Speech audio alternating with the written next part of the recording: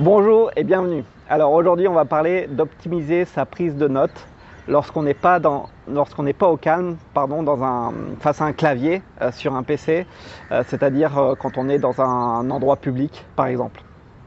Alors le gros avantage de produire du contenu dans les rues, en Inde en particulier, c'est que personne ne comprend ce que vous dites. Vous pourrez parler de n'importe quoi, n'importe quel sujet, jusqu'à même raconter à voix haute une histoire érotique dans le métro si vous voulez. Personne ne va vous embêter. C'est la raison pour laquelle dès qu'on marche un peu et qu'une idée vient, prendre un téléphone ou prendre un dictaphone, c'est assez facile d'enregistrer une note vocale, une note à soi-même, voire même, on peut essayer de faire ça, mais c'est dangereux quand même dans une voiture. Pour enregistrer en fait une idée et ne pas l'oublier.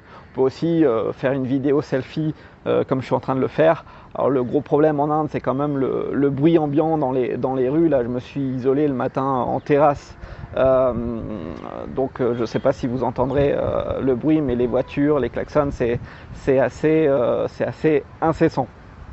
Donc pour remédier à ce problème là, la méthode que j'adopte, c'est d'avoir un process en séquence, c'est-à-dire trouver d'abord les idées en marchant et les noter d'une manière vocale avec une application de type dictaphone du téléphone par exemple, ou alors avec la caméra en mode selfie, comme je suis en train de le faire actuellement. Mais là, le problème, j'ai pas forcément d'espoir de publier la vidéo si c'est un premier jet, même avec un micro-cravate pour essayer de réduire le bruit autour, parce que voilà, il faut quand même retravailler les textes et les mettre un peu plus au propre.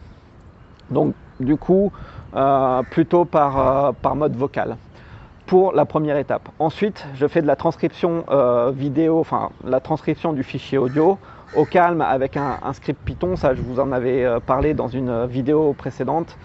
Si vous me suivez, vous savez que je suis assez fan de ce procédé qui a changé beaucoup de choses. Ce qui fait qu'en fait, après, je peux retoucher le texte et le refaire proprement au calme sur une tablette, etc.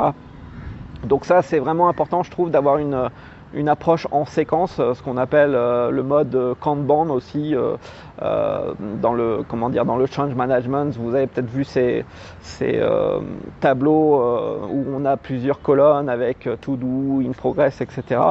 Et du coup, en fait, c'est un peu comme une chaîne de montage, hein. Donc voilà, on va se concentrer sur une tâche à la fois, une tâche particulière. Et donc par exemple, si on parle dans la rue dans un dictaphone, ben c'est la première tâche qui n'est pas fait pour être publiée, c'est pas fait pour faire de la qualité, mais voilà, c'est vraiment une étape où on va se noter les idées d'une manière brute, et on sait qu'ensuite la qualité viendra par une retouche du texte derrière, une réorganisation des idées, rajout des appels à l'action, etc., etc. Donc je ne vous apprends pas grand chose ici.